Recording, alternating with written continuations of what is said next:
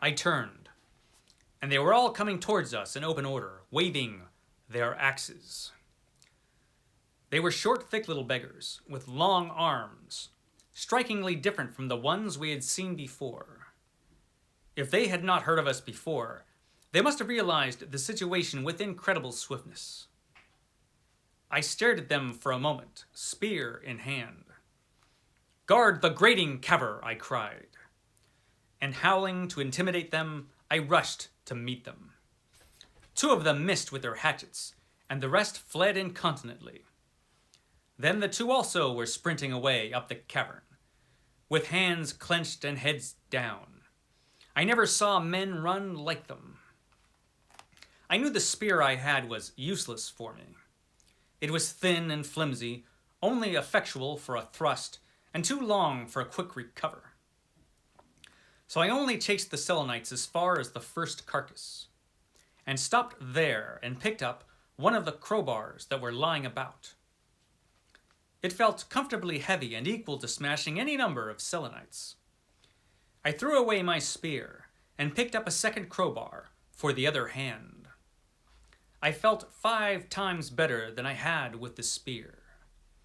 I shook the 2 threateningly at the Selenites, who had come to a halt in a little crowd far away up the cavern, and then turned about to look at Caver.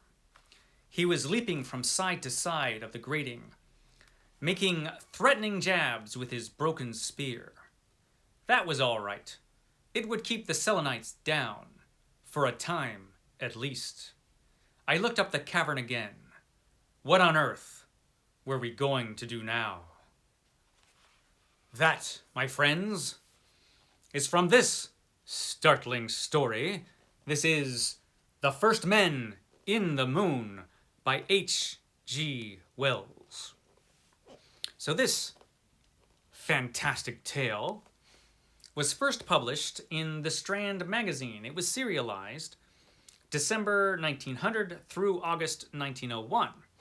It is one of H.G. Wells' early science fiction novels.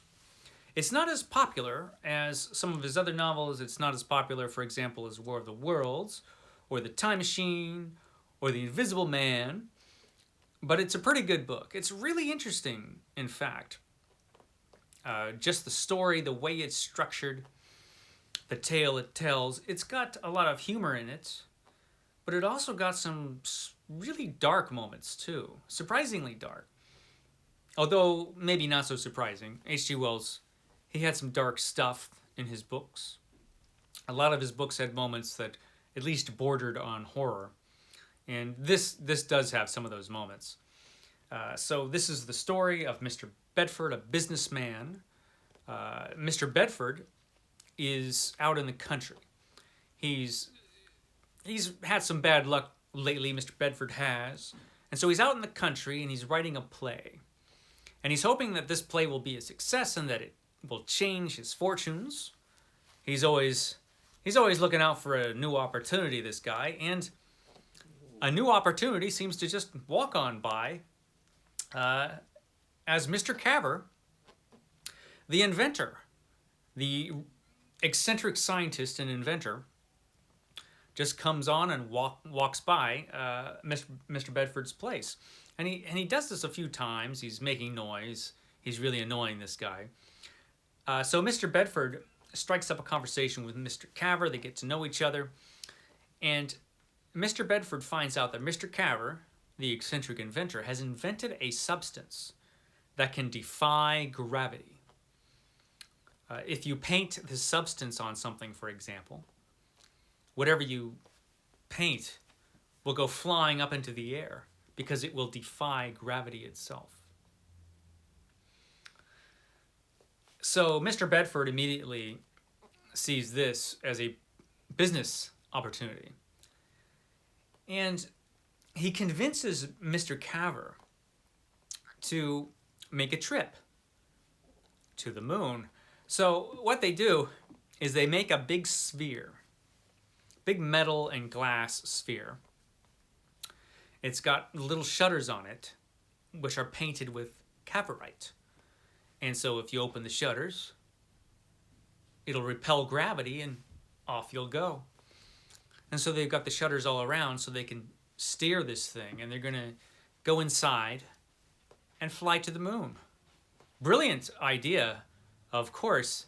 I mean, what can go wrong?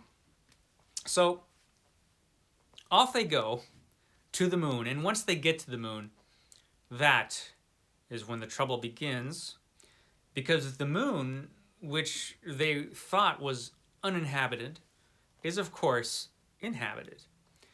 Inside the moon, in the tunnels underneath the moon, live the Selenites. Now the Selenites are these creepy insect-like creatures. Insect-like aliens with their own society, a fairly advanced society. And Mr. Bedford and Mr. Caver, of course, run into trouble when they run into the Selenites. So this is an interesting book. It starts off with a lot of humor. Now, in most H.G. Wells books, the humor tends to fall a little bit flat. It falls a little bit flat here and there, but I think it works better, actually, in this book than it does in most of his other works. A lot of this book actually works fairly well, especially if you consider the ridiculous way they go to the moon. If you could just look past that, you'll be all right. One can think of 1,000 different ways to use cavorite, the substance that defies gravity. But, you know, get into a big metal ball and fly to the moon. Why not? Once they get to the moon, it almost doesn't matter how they got there, because it's really interesting. And as soon as they get to the moon, the vivid descriptions of the moon, the weirdness that is on the moon, and this is the imaginary moon, of course, from 1900 and 1901. But the vivid descriptions of their arrival, what they find, it's really, really well done. I really like the aliens in this. There are a whole plethora of aliens that they run into. They're all Selenites, but Selenites are not just one thing. They're a bunch of different kind of insect-like creatures. And so this is one of the early science fiction stories that have insect-like aliens that have their own society. And I don't want to spoil the plot, because I do want you to read this book if you have not read it, because it's awful good. But once they get to the moon, they have some exciting adventure, as I just read a little bit there. They have some exciting times running into the Selenites. But things do get pretty dark, actually. They get pretty dark towards the end of this book. A lot of the humor just sort of melts away, and you get into dark, almost Lovecraftian territory towards the end. When it starts describing the Selenites and their world and how they live and the danger that they pose to our adventurers. It's interesting stuff. This is a really, really interesting book, well worth reading, and it's one of those H.G. Wells books that a lot of people haven't read, because like I said, it isn't one of his better known stories. I've got the Fantastic Penguin edition here. Of course, the cover is a little inaccurate. There's only 2 of them. There's too many men in this moon. But it's an excellent story. The story of Mr. Bedford and Mr. Caver. Their Cavorite spaceship that flies to the moon. Highly recommended.